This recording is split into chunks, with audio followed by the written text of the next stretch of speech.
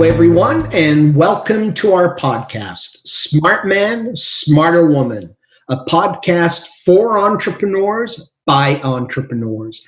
And thank you so much for joining us today. I am Steve Lotz. And I am Juliet Aurora. And we are your co-hosts. And before I introduce our special guest for today, let's hear a few words from my wonderful co-host, that smarter woman herself, Juliet. How are you doing today, Juliet? You look fantastic, by the way. I appreciate that. Thank you. Probably a good thing for a husband to tell their wife, knowing that they didn't get any sleep last night, got out of bed at like 4 o'clock in the morning because they couldn't sleep. So thank you. I appreciate that I'm not looking like I dragged myself out of bed at 4 a.m. this morning. But other than being a little tired and having a little more caffeine than I normally do by this point, I am excellent. Thank you. Well, I'm very glad to hear that. Isn't the journey of an entrepreneur fun? You know, all this great stuff behind the scenes, you know? Absolutely. And it was actually quite funny because one of the things I do when I get up, since my pool is now closed, is I go for a walk in the morning. I was up at 4, so I woke our puppy up at 4:28 to go for a walk this morning. And he was looking at me like, are you sure? Are you sure that this is what we're doing? But he was a trooper and went with me this morning. Well, I'm sure he was very impressed with you. Yeah, I'm not sure he was, but okay.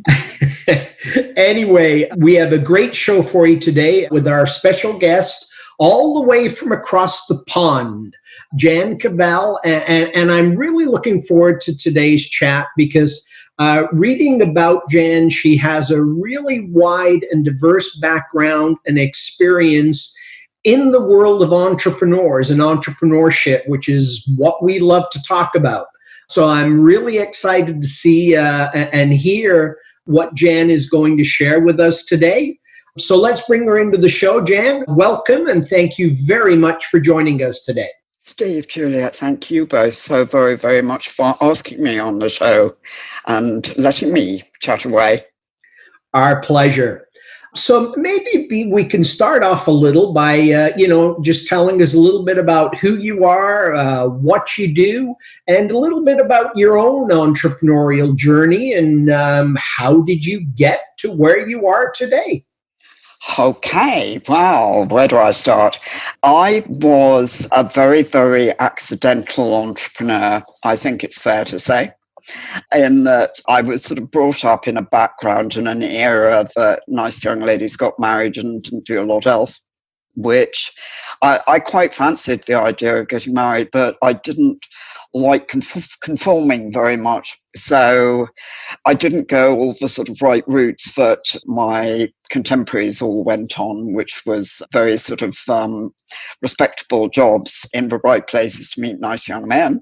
Instead, I did all sorts of self-employed jobs and strange jobs as well, going traveling, and had great life, great experience doing all sorts of things and starting small businesses, doing any number of things. I mean, I had absolutely no qualifications as such. I'd done some sales training, which is something I swear by because it digs you out of so many holes.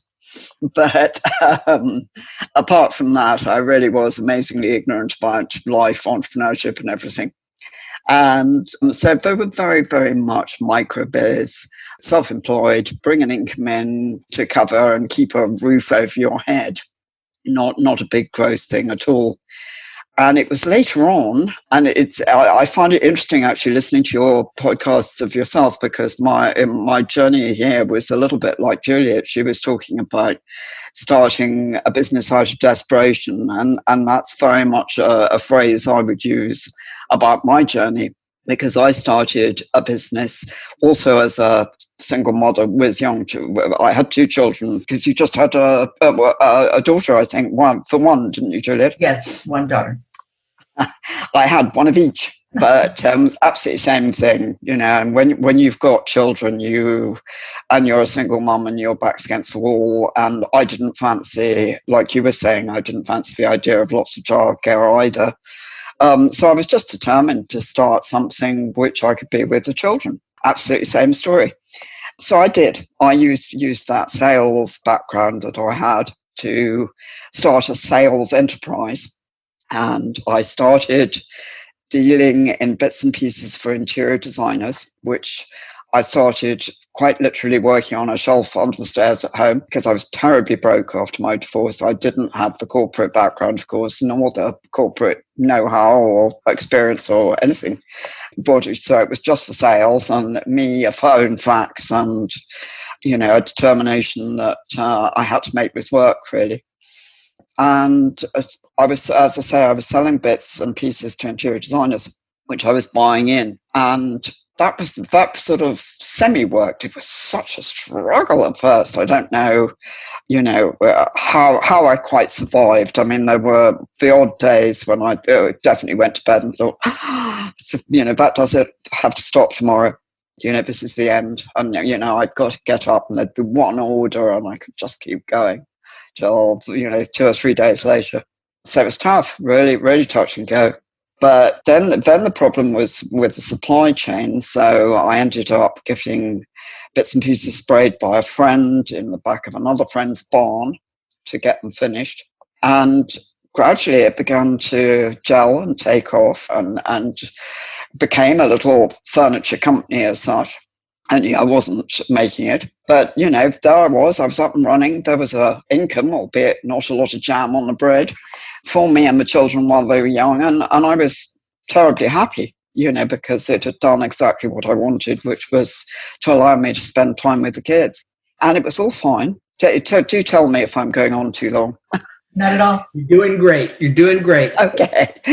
Well, I had the next sort of major crisis and turning point was when the man who owned the furniture making side of things that we bought 90% of our furniture from knocked on my door and said, I'm going to retire. And I said, well, jolly good, I hope to do one day. And he said, no, you don't understand. I mean, right now. What? No furniture. Hold on a second. This is disaster. So the long and short of it was a Friday afternoon and we sat down and we hammered out a deal, which I bought him out, which sounds an awful lot grounder than it was because his business consisted of 2 employees in an old barn and some incredibly old grotty machinery. I, by that time, had a slightly smarter small barn unit, but and equally 2 employees. And I agreed I'd pay him, which he was happy to take. I would pay him whatever sum it was, which I really can't remember now, but it seemed like a vast amount to me at the time, and of course it wasn't. And I would pay him literally on the never because he wasn't that bothered. All he wanted to do was get rid of the responsibility. And so I think I paid him off for the next 2 or 3 years. So there I was, and I suddenly, this idea that I was just going to do a bit of selling and feed my children had morphed into 2 small barns with about 3/4 of an hour's drive from each other. And school runs in the wrong direction because school runs are always in the wrong direction as far as I can work out. And so I was always on one wheel. It wasn't working frightfully sensibly. So and the children were just that little bit older.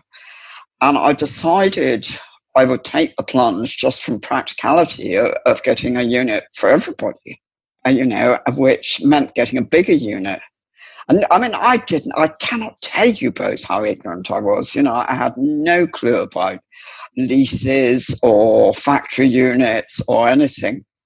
I managed finally to find somebody who would lease me a unit, and with no real background as such. And we moved in. And that was a huge gamble because I equally didn't know about moving machinery or anything. So all of a sudden I was told that, this needed cranes. And I was going, cranes? Where do you get cranes from? And the expense kept mounting and I was panicking like nothing on earth. And there was absolutely nobody I could talk to because I wouldn't have known who to talk to be honest. I certainly wasn't going to tell the children while they were small. And so I was in a lot of trouble. I'd signed a 10-year lease. And these 4 people were looking expectantly at me. And what had seemed like a very good idea had turned very sour.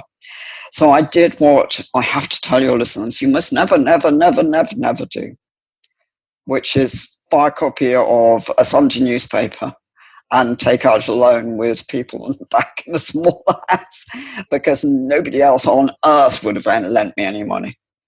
And I took out a very large sum, secured, need to say, against everything I possessed at incredibly awful interest, but still telling nobody. I just determined that I would battle through this and keep everybody in work and keep a roof over our heads and food on the table for the children. And out of determination, panic, B-mindedness, probably most of all, I pulled it off. I mean, I used those sales skills as much as I could, and I kept selling and selling and selling. And we got going, and we created this thing that actually grew quite rapidly, and so much so in the end it needed a second unit, and we got up to about 40 staff and a multi-million-pound turnover, which was a joke because in many ways, because I had to wing it the whole way along. And talk about learning on. You were obviously winging it. You were obviously winging it very well. I think I was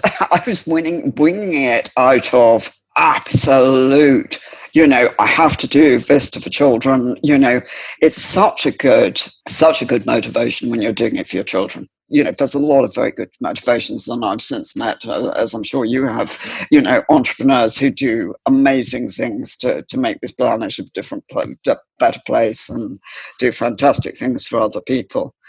And, I admire them so much. But I think it's a very primal thing, the determination to protect the children. And it really does. Because I dug myself such a hole, there was a huge element of I cannot fail or let them down under any circumstances. Well, thank you for sharing your story for a couple of different reasons. A lot of people don't always share the tough moments. They kind of gloss over it and they say, yeah, it was a struggle for me at the beginning, but hey, look at where I am now. And a lot of entrepreneurs in our audience may be struggling. And all that they hear are all they hear is the success at the end. They don't necessarily always hear how hard it was to get there. So for you to share that it was touch and go, and, that you had dug yourself into a hole, and that you dug yourself out of it, and what it was, you said multiple times that it was the determination that got you out. So I think that's a really valuable lesson for the people in our audience, that it absolutely is, the determination that is going to get you on the other side of whatever struggle you're in. So thank you for sharing your story. My pleasure. As I say, it was for the children. Awesome. That is terrific. Let me ask, any regrets? Yes, I think I did go back actually and finally learn things about business. Later on, I signed up for all sorts of highfalutin courses and met and learned from a lot of seriously good high growth entrepreneurs. And I think actually I probably should have got out when it was at its height, and as soon as the children didn't need me. Because after that, I didn't have the same drive. I kept on thinking I should do it. It seemed sensible. I was told it was a very good business, which it was, but it wasn't where I was happy anymore, and should does not keep you going. And so yeah, that I think I should have stopped while it was good rather than gone on, I think. But now it's worked out. I have another lovely life morphed into something entirely different. So, okay. And hindsight is always 20/20, right? Absolutely. Yes. So now you are doing what I would consider my dream job, which is that you're writing full time. That's right. And for me, that is where I envision myself when I retire, that I'm sitting on a beach house and I'm writing. So you're living my dream job. So tell me how you got to being an entrepreneur and building a business, and then now that you're writing full time. Well, like you, it was always a dream. I mean, I was a child who was, always to be found somewhere with a book, totally happy. So, well, not much different. I'm just older and with a book, so I'm totally happy if I've got one. So, yeah, I love to write, even back then. And then in my latter years of business, when I became increasingly unhappy, I started by chance. I saw an ad for a business publication asking for a couple of entrepreneurs to contribute pieces, and very much like you were saying, people who were willing to actually tell it how it is rather than write about their own brilliance. And I was more than happy if I was writing, it was no problem to say it how it was, which wasn't terribly much fun on the whole, and it was a battle, and there were good bits and bad bits. It reached that stage, but it provided me with my outlet, and increasingly I realised with the children gone that this was really where I was happy. So when I finally did burn out, which I did, and I stopped and gave up the business, and well, the brand still trades, but I decided to retire. It took me, I suppose, a few months. And then like you, I thought, hold on, retirement, this is the opportunity to fulfill that dream of seeing if I could ever write a book. And from there, I thought, what do I write a book about? Because I didn't have any great sort of fiction inspiration. And I thought, well, it's probably business. And then I thought, I don't know. I don't know if I could cheat that one. I'm not, there's an awful lot of good experts out there. But I thought, well, maybe if I'm, as speaking as usual, and I'm comfortable doing and everything else I write about, from a point of view of what I've learned and mistakes I've made. And I also involve some of the amazing people I know to contribute expertise. Maybe that would work.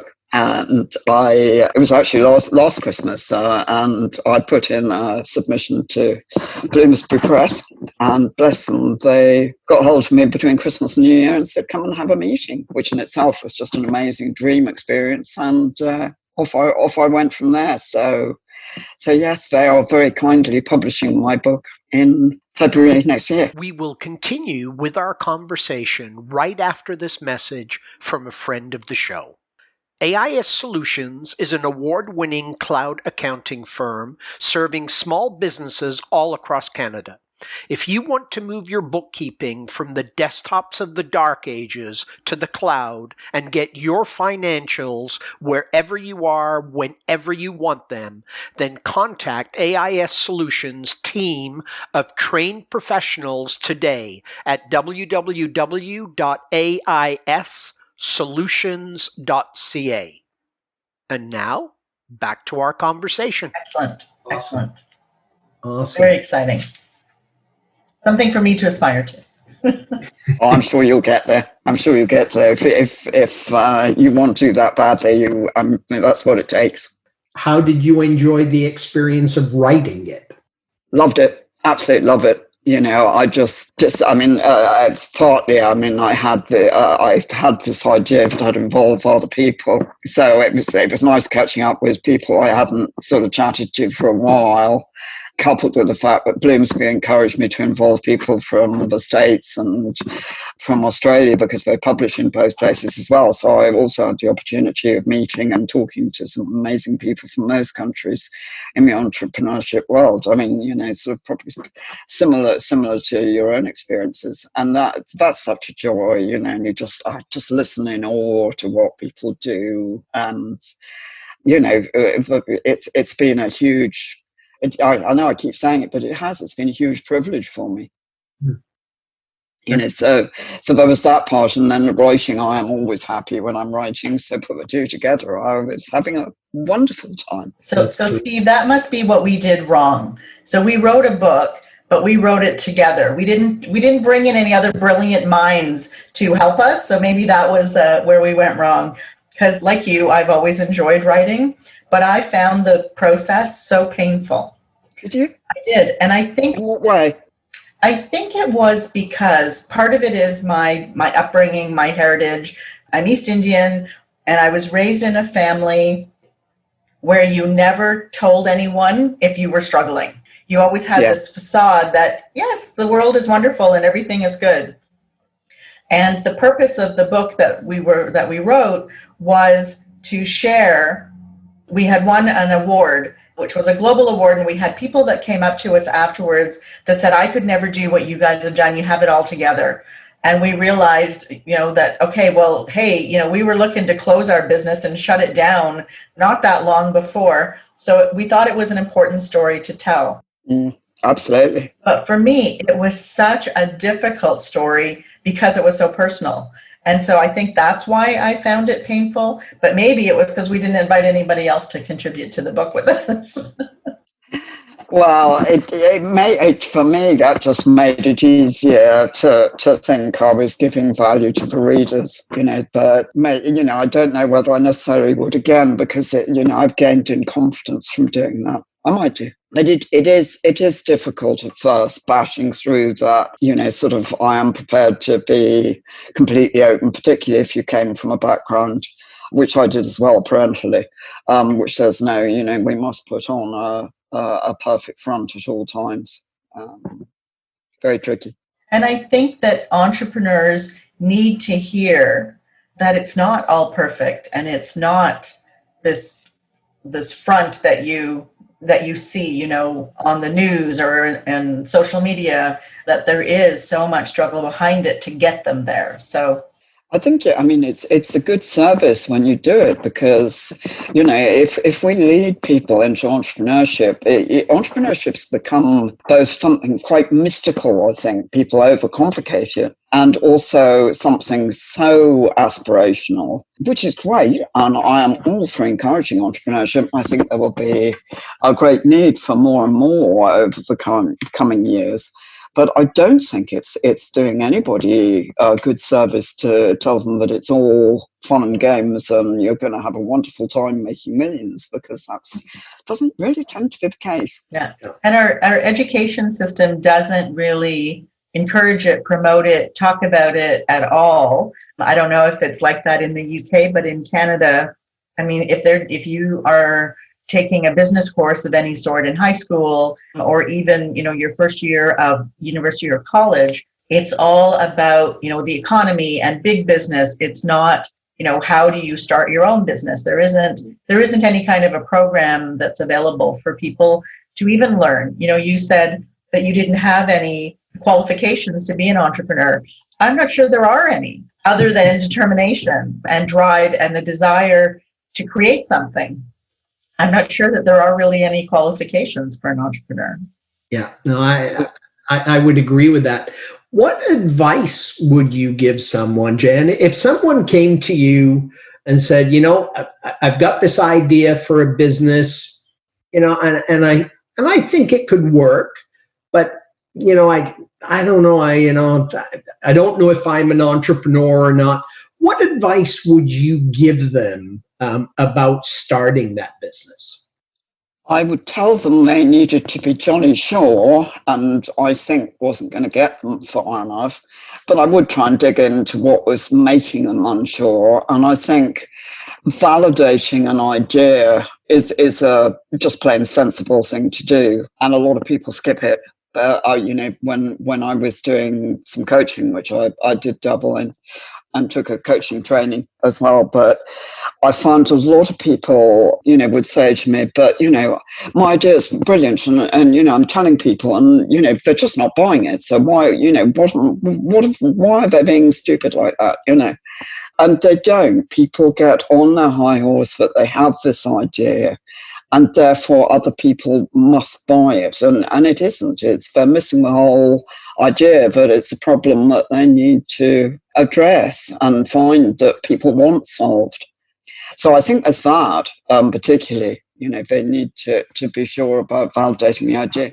And I think in this day and age, there's a good argument to start a business, unless, of course, you're desperate, to start a business as a side hustle, which is a much safer way to do it. And they can test for water and, find out if their idea is valid and whether the up and down emotional roller coaster is suits them. It does some people, other people hate it. Yeah.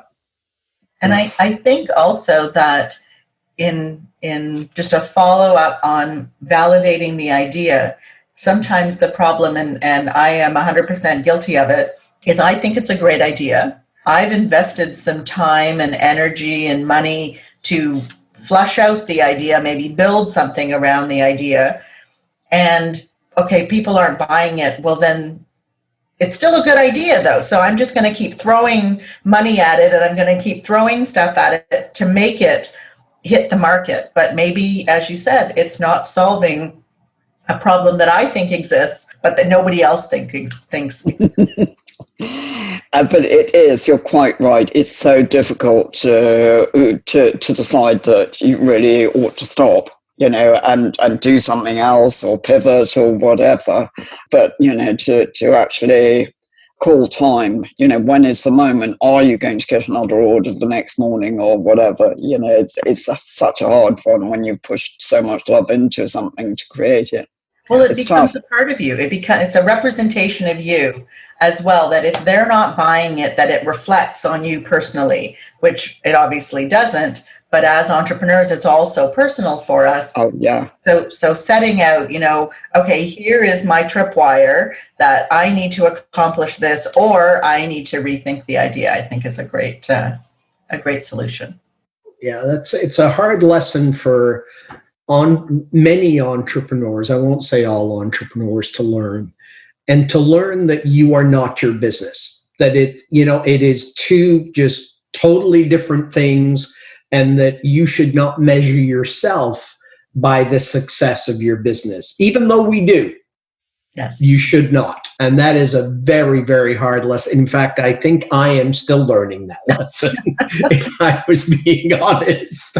But it's a tough lesson to learn. I'm curious about one thing, Jen. You did talk about, early in your own entrepreneurial journey, and you were saying, that you didn't know about this, you didn't know about that. One of the things I've always found with entrepreneurs is that we're generally continuous learners, like we're learning all the time. What were some of the things that you did? Because I think you obviously knew as you were going through some of these things, gee, I'm not really sure about this.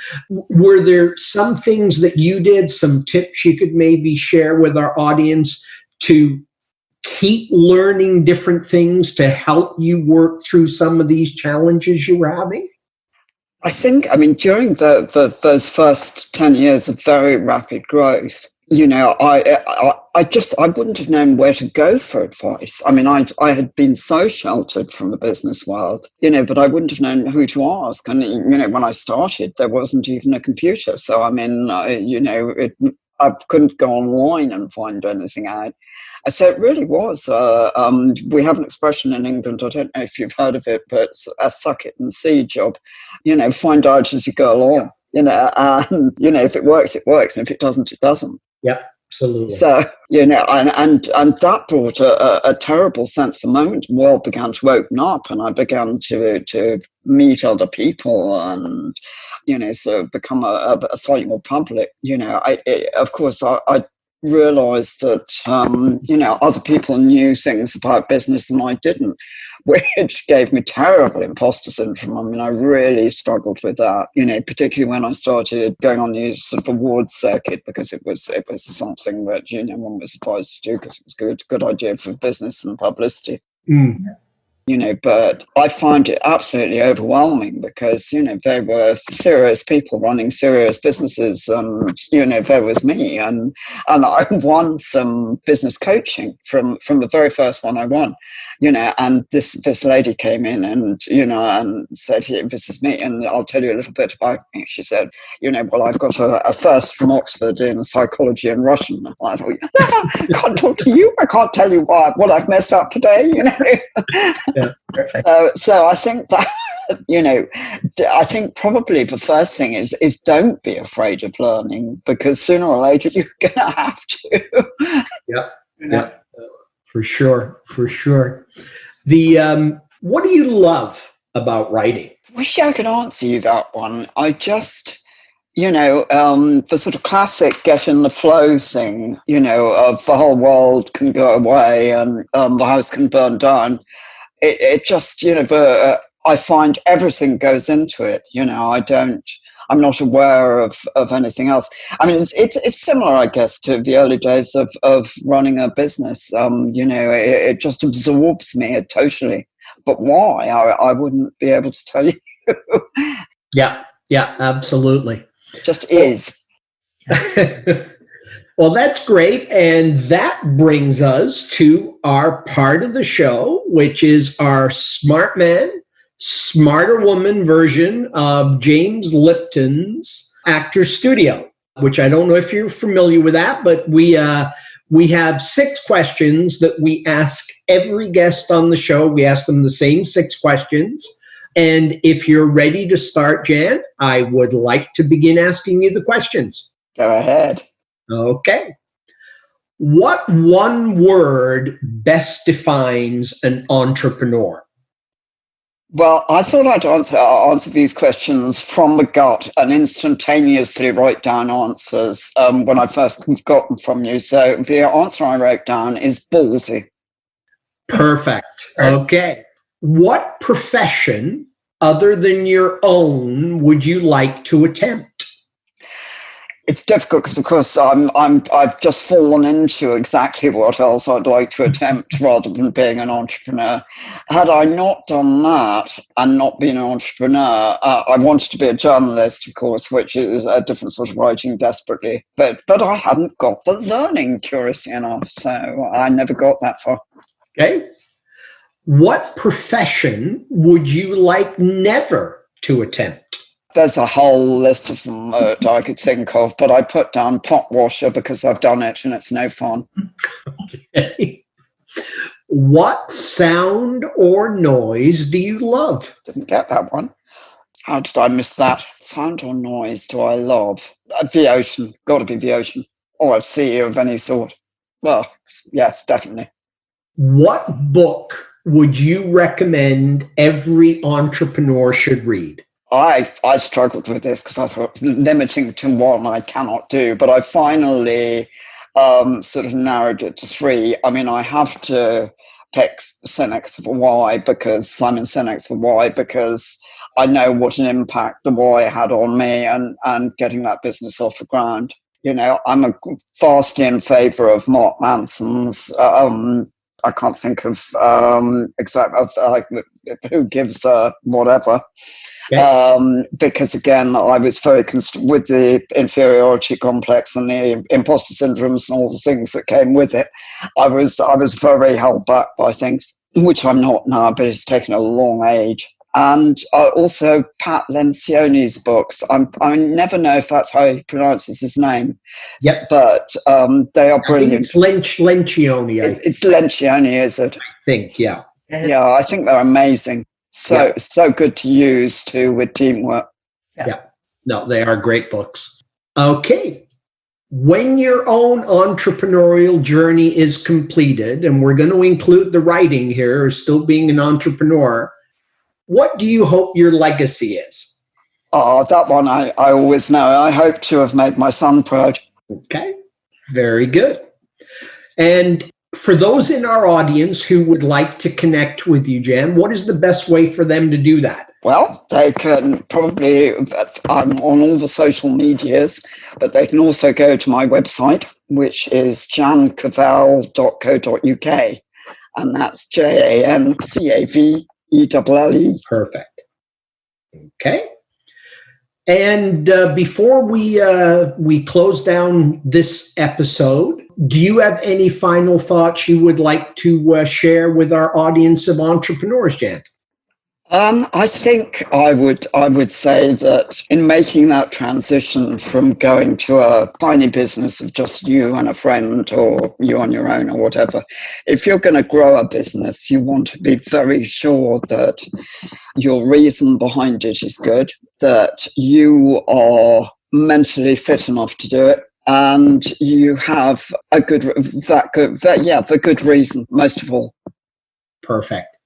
And what about you, Juliet? So much stuff. I mean, it was a great conversation. Thank you very much, Jen, for joining us. And I would love to have you back where we just talk about, the imposter syndrome, because I think that is so prevalent, more so in women than it is in men. But I think it's an important topic that I would love to spend some time just talking about. Surely, I'm happy to do that. I'm happy to do that. And I don't think we mentioned the name of Jan's book. Well, Jen, please. It is called Scale. I think my voice is going, but it's called Scale for Success. Perfect. In February of 2021. That's right, 2nd of February. Perfect. Okay. And that brings us to this episode's words of wisdom. And for this episode, I chose Arianna Huffington. And the quote is, "Fearlessness is not the absence of fear. It's the mastery of fear. It's about getting up one more time than we fall down." Great quote. Perfect. So thank you again, Jen.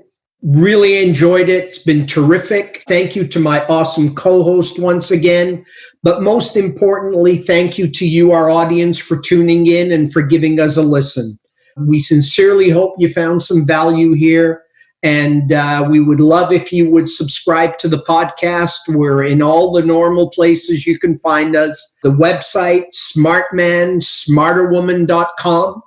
So thank you again. Until next time, take good care of yourself and those that you love. Bye for now.